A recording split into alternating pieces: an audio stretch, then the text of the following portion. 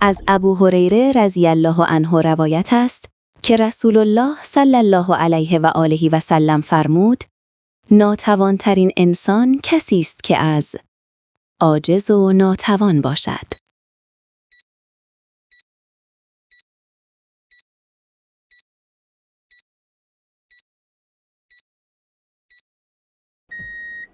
دعا نمودن.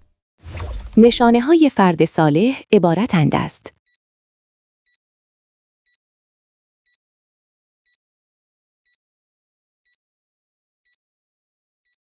این را شما در کامنت ها جواب بدهید.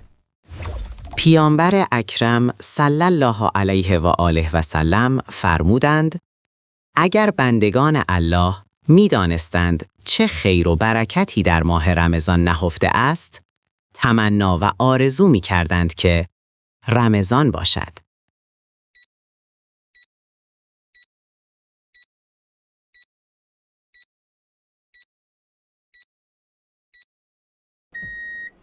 همه سال